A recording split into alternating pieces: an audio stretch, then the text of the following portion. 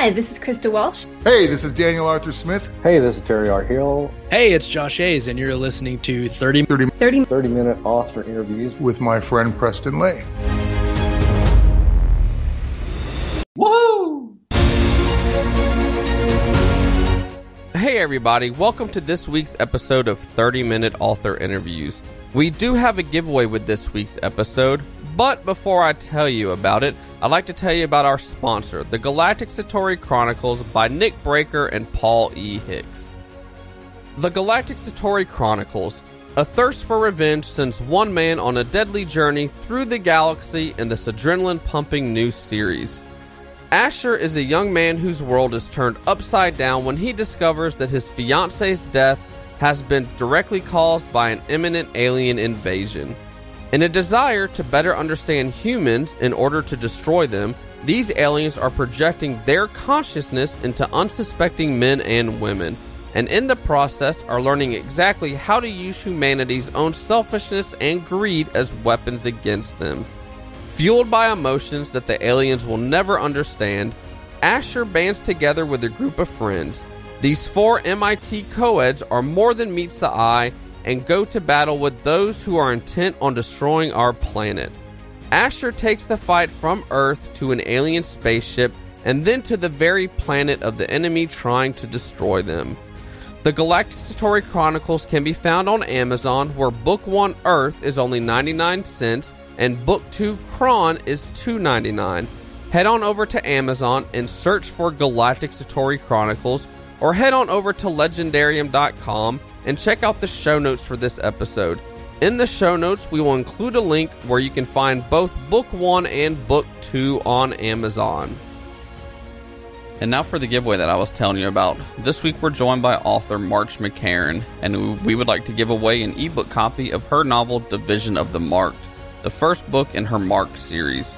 What do you need to do in order to get registered? Head on over to Leigendarium.com. That's Leigendarium.com. Find the show notes for this episode, and in the show notes, tell us what was your favorite part. It's as simple as that. Now enjoy our interview with March McCarron.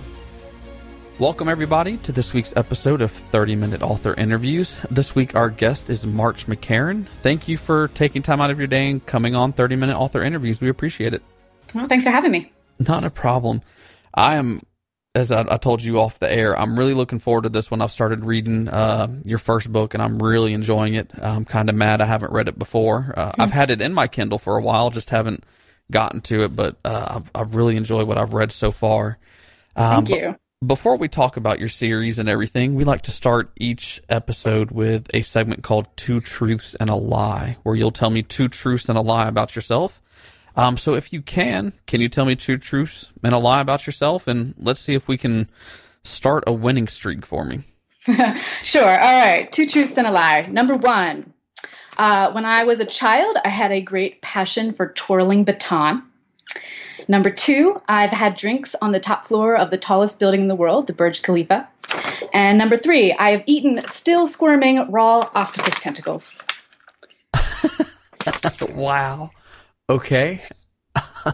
Well, I know from your bio and stuff that you did live in Asia for a little bit, so there might have been some weird foods over there. And since two of them involve food and one of them doesn't, I'm going to say the lie is twirling a baton. You had a thing for twirling a baton at a young age. You are incorrect, sir. Dang it. Yeah, no, I did twirl baton as a child, okay. But I had to quit because I'm left-handed, and you have to all do it right-handed in a line, so I was set up for failure with that. Oh, really? But the lie was the tallest building in the world. I have had drinks on the 86th floor of the second tallest building in the world. If I'd gotten there like 3 years earlier, it would have been the tallest building in the world in Taipei. Okay. The octopus is unfortunately true. I was challenged by my coworkers in Asia. They ordered it and they gave me one of those, well, we know you won't eat this, which just felt like a challenge. So I, of course, had to meet it. Right. That's so is this what I saw on Facebook a while ago? There was a video of I can't remember if it was octopus or not, but you poured this liquid on top of it and it made the fish or whatever still kind of move. It was like a reaction with what you dumped on it. Was it kind of... Well, it's on my Instagrams. It might have been on Facebook too. I don't know. I didn't really dump anything on it, but there's like a sped up video that shows them still squirming. It's awful. Eating something that's still in its death throes seems so cruel. So you don't recommend it? It's a little bit chewy. Yeah, I wouldn't really recommend it. Does it taste like chicken? It tastes like octopus. That's funny. Oh, that's too funny. Well, for my listeners that might not know who you are, can you give them kind of your author bio on who you are and what you do? Sure. So I am an author of fantasy, a little bit of science fiction novels. My first series, the Marked series, the third book is just released, and it's going to be one more book. So I'm nearly finished with that. I lived in Asia for 3 years. I lived in Korea as an English teacher. So when I began writing, I was juggling teaching and writing. But I recently moved back to America, and I'm now committing full time to writing. So you said there's going to be one more in your Mark series? Yes, it's a 4-book series. Oh, nice. Do you have for those just want to know right off the bat, is there a tentative release date you're hoping to get that out by? There isn't, and I don't want to say because I don't want to be kicking myself later for having made a promise I can't keep, but I am determined to get it done much more quickly than this third one and get it out. I'm very excited to finish the series. Awesome. Do you have any other ideas or worlds in your head for once you finish your Mark series? I have so many, and it's getting problematic. I feel like every day I come up with a new idea and they're all crowding in my head. It's a problem. That's funny. Well, hopefully you can get them all out. I hope so. So you said you went over to Asia and you lived there for a while. So I'm just going to jump into one of the fan questions, which is something we talked about talking during this podcast as well. The fan question comes from Terry Maggart, and he says, how will her love of Brazilian Jiu Jitsu affect further development in your Marked universe? It's a good question. So I began doing jiu-jitsu while I was writing this series. And so the fight scenes really change as the series go because I actually learned what I was talking about along the way. And in this third book, it's just nothing but jiu-jitsu, basically, because in the book, the characters are constantly being attacked by people who they don't want to harm. So there's no killing, and they're trying not to even wound. And so it's just a choke-a-palooza, just nothing but rear naked chokes. So it ended up being actually very useful. You wouldn't think that grappling would be like fantasy fight style useful, but it actually was. And then in just a broader sense, jiu-jitsu changes the way your brain works. I feel like I think differently than I did before. It forces you to be calm under pressure and to look for more creative solutions to things. Oh, okay. I hadn't thought about that side of it, really. Mm-hmm. So when you wrote your first one in the series, Division of the Marked, had you taken any jiu-jitsu while you were writing that, or did you start taking it after book one? I started after book one. My husband started in book one. So there is some jujitsu, but it was my, not really understanding it, just observing it. And he would sometimes give me tips, and we would talk about fight scenes. How would you go about handling this situation? What if someone did this? But you can see the amount of jujitsu just significantly escalates in the second, and then even more so in the third. So since you said that, jiu-jitsu makes you think outside the box a little bit and look for other ways around whatever situation you're in. Has that made you look at your story differently now that you've progressed more in your jiu-jitsu? Has that made you look at your story more creatively? It definitely has, particularly when I'm in this one character's head who is the martial arts guy.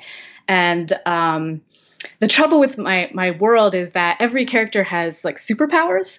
And so it is like chess almost. I have to draw out the fight and figure out a creative solution, because a non-creative solution wouldn't actually work. It's actually super difficult. The more superpowers I throw into the story, the harder it gets to write. I bet.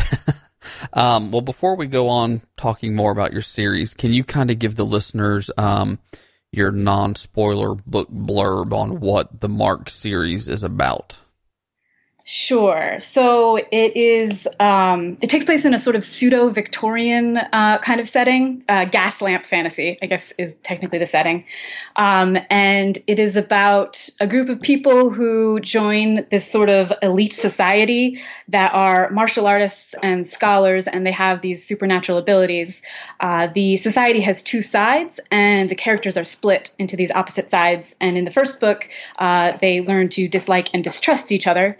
But over the course of the series, outside forces come into play, and they have to learn to work together to counter what's going on in the world. Sounds good. Like I said, I started it. I just finished part 1 of book 1, and I've highly enjoyed what I've read so far. One thing you kind of told me online, I think is really neat, is you did your own covers for these books. Where did your inspiration come for these covers, and then how did you go about creating them? Sure. So I did a different painting at first for Division. When I released it, it had a different picture on it, and I got some feedback that it wasn't very good, which was probably true. And so I sat down and was trying to figure out what to do about replacing the cover, and I came up with several different ideas, and I ended up really loving what I came up with because it captured the sort of the duality with the color scheme, and it was simple, so the fact that my art skills are not super strong ended up not being a problem. However, it became very difficult then when I went to do the second book, because I had set up sort of there needed to be 2 sharp color contrasts. The mark needed to be on it, and it needed to be in silhouette. So I felt like I had sort of creatively pushed myself into a corner. The second book, I ended up painting like 8 different things before I finally found something that I liked. And so it's neat that I'm able to do the covers myself, but I'm also very limited by my moderate art skills. Well, they are great covers. They need to be on bookshelves and in bookstores. I love the colors and what you did. You said that you have the mark on the cover of the books, which is the circles inside of a circle. Mm-hmm. Where did your idea for that come from? Was that inspired from living over in Asia? Well, I mean, I guess it sort of has that kind of yin-yang idea, the two sides, but it's really informed by the world. There's a magical place that they go to called the avid that is like this ring of stones, and the mark is meant to represent that place. Gotcha. And how did you say you pronounce that place again, since I'm reading it right now? Oh, the avid. Okay. I will probably not remember that, but that's okay. No, it's fine. It was, I think I used Gaelic, and it actually means place of 7, because when I started the series, there was going to be 7 levels, and then I changed it to 5, but I didn't change the name of the place. That's funny. Where did your idea for this world come from, this fantasy world? You said it's like a gaslight, which I haven't heard of before, Gaslight Fantasy. Where did your idea for this world come from? Well, for the actual world, the setting, it's really just a combination of my 2 favorite kinds of literature, which is fantasy and like Victorian. Mm-hmm. So it just made sense to me. It would have never really occurred to me to write a fantasy world that was more medieval, because I don't know as much about that time period historically. Mm-hmm. But as far as the magic system element of it goes, I was inspired by a manga, actually. I don't actually read manga, but I was watching Full Metal Alchemist, it's called, and it involves alchemy, and the whole concept of the show is that everything costs something, like the magical version of there's no such thing as a free lunch. And I wanted to do something like that, but on a more philosophical level. So my magic system is all about getting supernatural abilities, but you have to give up something that you really don't want to give up in order to get those abilities.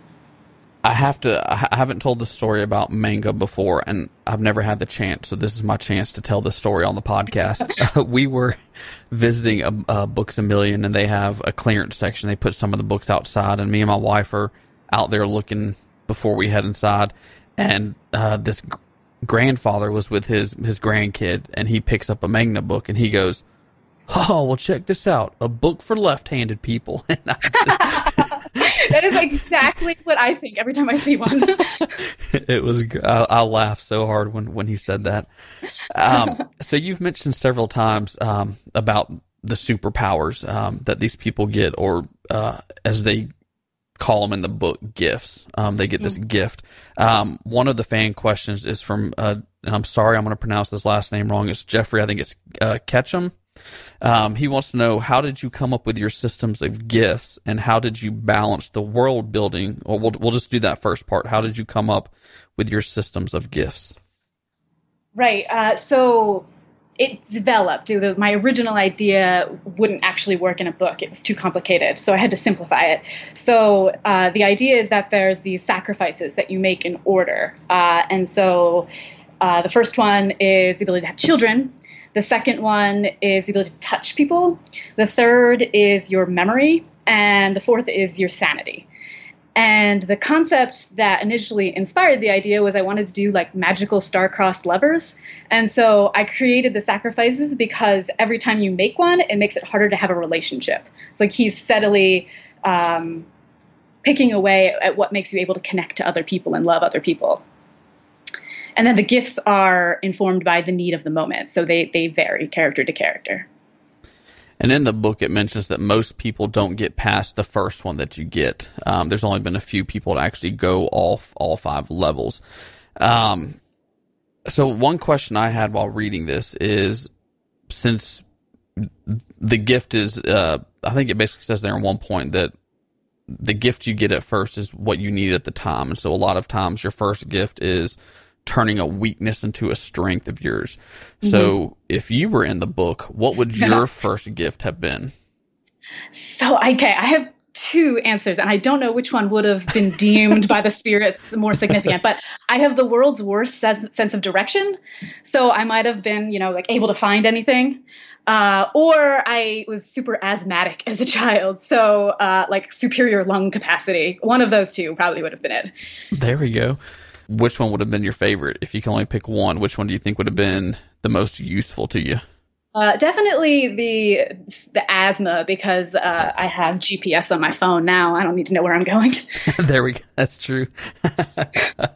And then the second part of Jeffrey's question was, how do you balance the world building with storytelling and plot?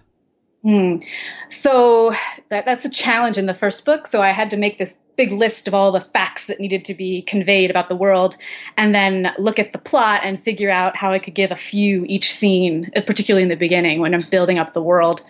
And then as far as the plot and character development go, I knew that because I had developed this magic system with these set sacrifices, that the plot had to work with that instead of the other way around.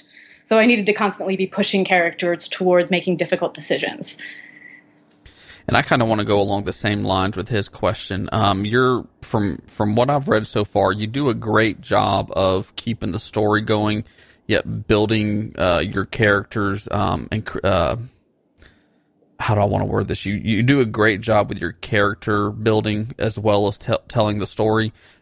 Is that something that's taken you a lot of practice to be able to keep the story going, yet keep building your characters? So for me, character always comes first. So the struggle for me is finding the plot as opposed to building the character. If I was left to my own devices, I would just write books of people like sitting around chatting, which would be very boring.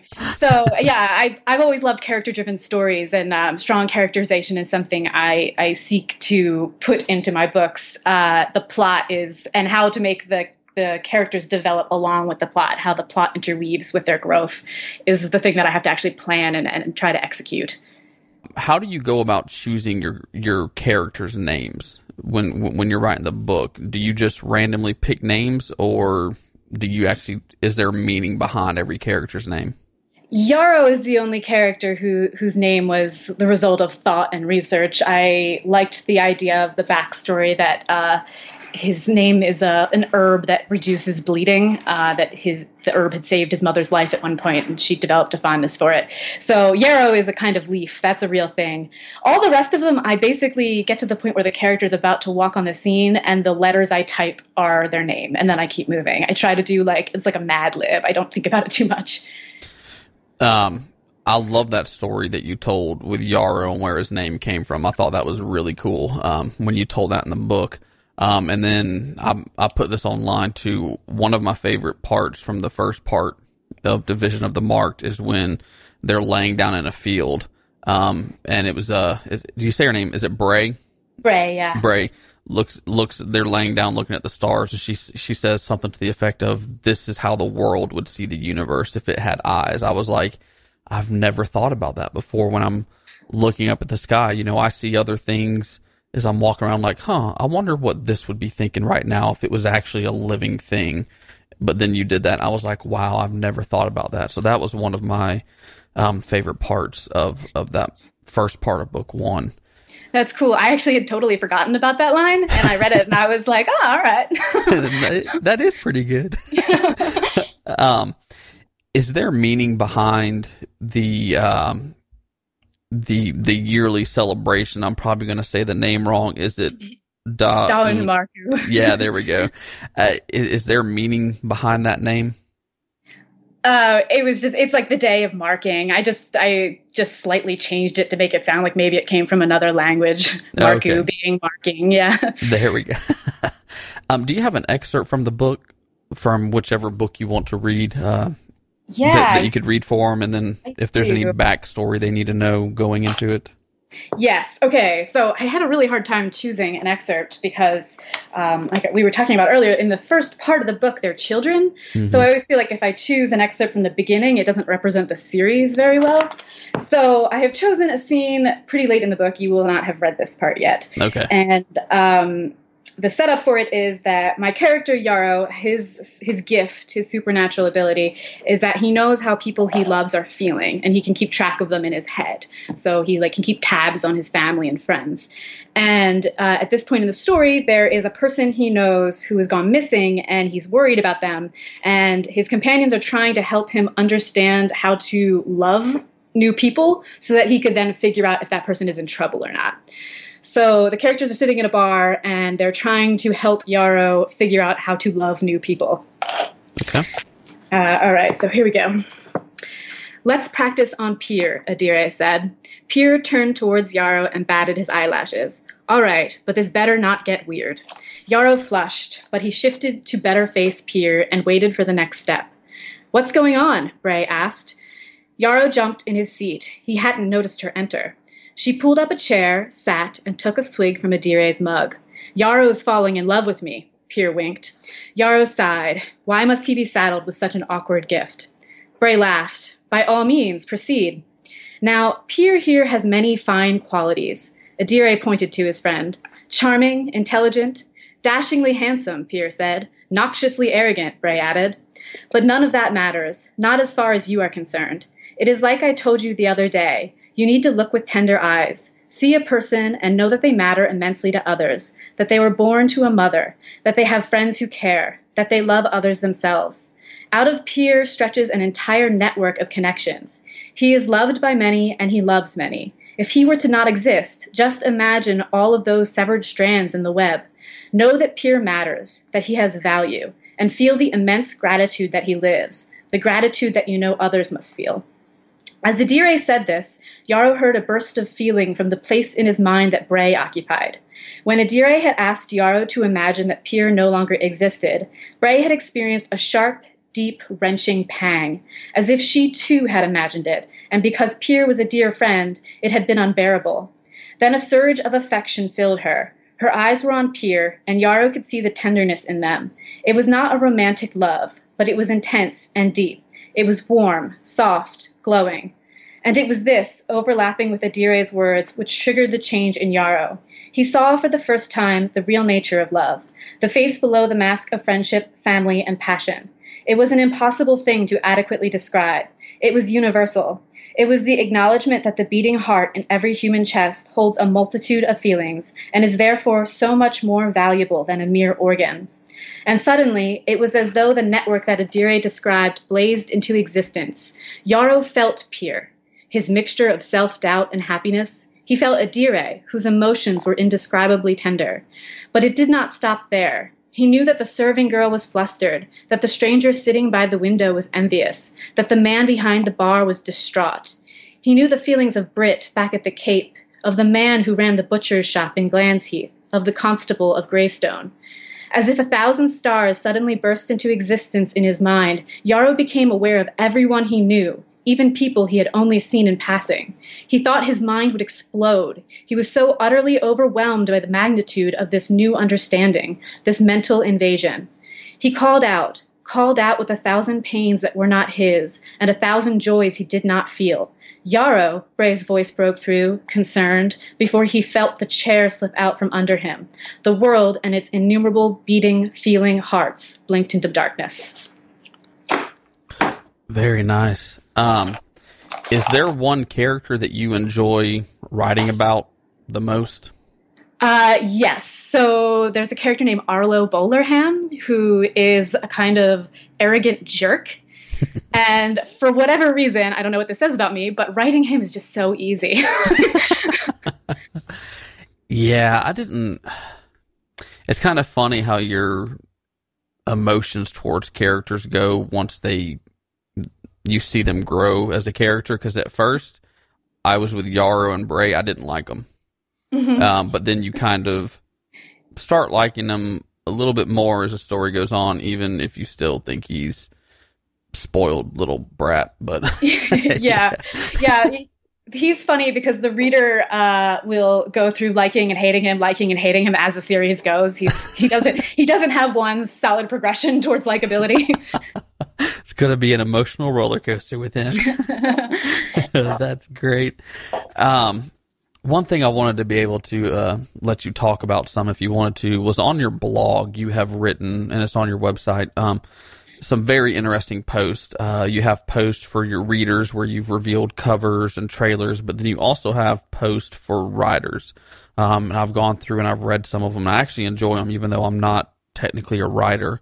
Some of the ones I've liked was use travel to inspire fictional settings, and you talked about your second draft process and how you go about your second draft. You had another one called difficult decisions, putting your characters between a rock and a hard place. Can you tell us what one of your favorite posts is that you've written? Sure. I did one on characterization that I spent a really long time on it. My problem with my blog is I tend to approach it like a research project, and then I don't update it very often because it takes me so long to write the posts. Mm-hmm. And the characterization one is probably the one I put the most time into. And characterization, like I said, is a really important part for me of writing. And I frequently read books and think that authors maybe miss some opportunities that they could make their characters seem a little bit more lively. So in that post, I broke down all of the various different ways that you can inform character. So I was kind of curious, how has, since you wrote an article on it, how has traveling helped you creating your stories? Sure. So at first, I created the Marked series right after I moved to Korea. And I infused a lot of Korean things into that first book. They drink soju and the girl's wearing a hanbok. So like surface level things that I did. And I wanted to channel like the wonder that you feel when you walk into a totally strange and new culture. I think that is what fantasy and science fiction do best for readers. It's the sense of, wow, this is amazing, which is what you feel when you travel. But even more than that, as I lived in Korea longer, I felt like I understood culture on a new and deeper level. And I'm very excited to create a new world after this one and to explore that more. So there's always that sense of wonder, but also when you live in a different culture as opposed to just travel there, you realize all the ways that your assumptions about life differ from other people's assumptions about life and how that creates unique problems in communication. And I'm very excited to include that in future worlds. Okay. And when you're writing these posts that you put up, do you write these to help you with your writing process, or is it just thoughts that you want to share from things that you've learned, or is it kind of a mixture of both? Lots of times it is I have the beginning of an understanding. Like I think I just finally sort of can articulate something in my mind that's important to my process, and forcing myself to actually sit down and flesh it out helps me understand it better. And I like to hope that maybe someday other writers will read my blog and maybe get something out of it. But I do it a little bit more for me. Have you received much feedback from people on your posts that you put up? I don't think very many people visit my blog. So I've had a few times. I've had a couple people thank me. But for the most part, I figure it's out there on the internet. Maybe eventually I'll get some more traffic. They can look back at my older posts. There we go. Well, I highly recommend, whether you're a writer or not, go check out her blog post. We'll let her share the link here at the end of the interview. They're great reads. They're fun reads, whether you're a writer or not. So definitely people should go check those out.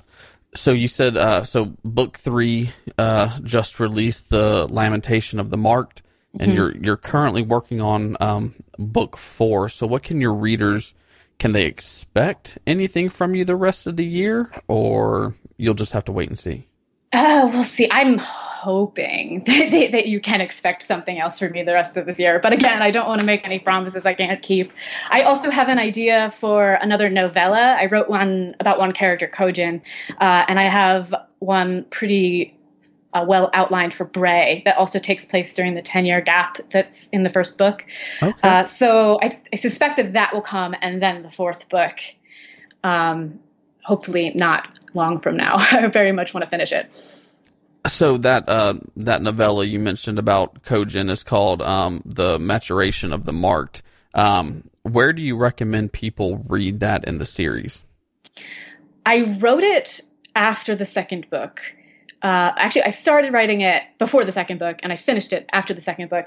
I'm very curious. I would love to have 3 different people read it at different places and tell me how that experience was, because it takes place chronologically in the midst of the first book. Like, if you were to read it in order, you would read part 1, stop, read the Kojin story, and then continue with part 2. I don't think anyone would ever do that, though. It doesn't really matter when you read it, because it's just a backstory. But there's a character in the story that is mentioned in the second book and then shows up in the third. So to understand the significance of that character, you would have to read it prior to book 3. Okay. Well, maybe I'll read it since I just finished part 1, and I'll let you know how it fits after part 1 and book 1, because that's where... Yeah, that would be really interesting. I'm very curious how that would change the way that you perceive the character. Okay, yeah, I might have to do that since I literally just finished part 1 last night. Well, here at 30-Minute Author Interviews on the Leigendarium, we are known for a certain question, and that question is: a penguin walks through the door right now wearing a sombrero. What does he say, and why is he here? All right. I thought about this a lot.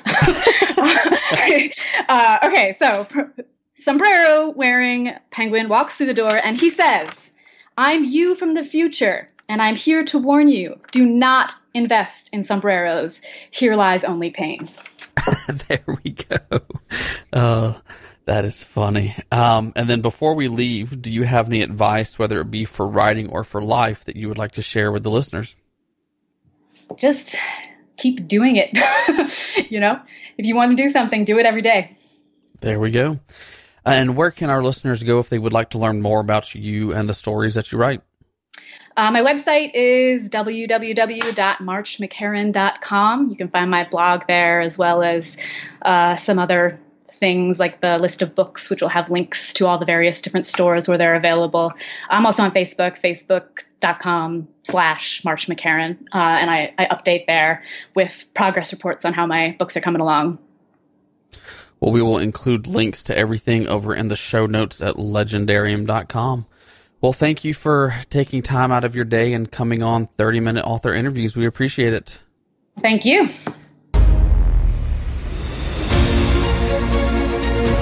Well, that is all the time that we have for this week's episode of 30-Minute Author Interviews. Thank you so much for tuning in, and we hope you tune in next Wednesday and every Wednesday for another great author interview. Don't forget to head on over to Leigendarium.com, find the show notes for this episode, and in the show notes you're going to find the giveaway, where we're giving away an ebook copy of March McCarron's Division of the Marked, the first book in her Marked series, and you're also going to find the link to where you can check out our sponsor, the Galactic Satori Chronicles. Let them know that you heard about them right here on 30-Minute Author Interviews.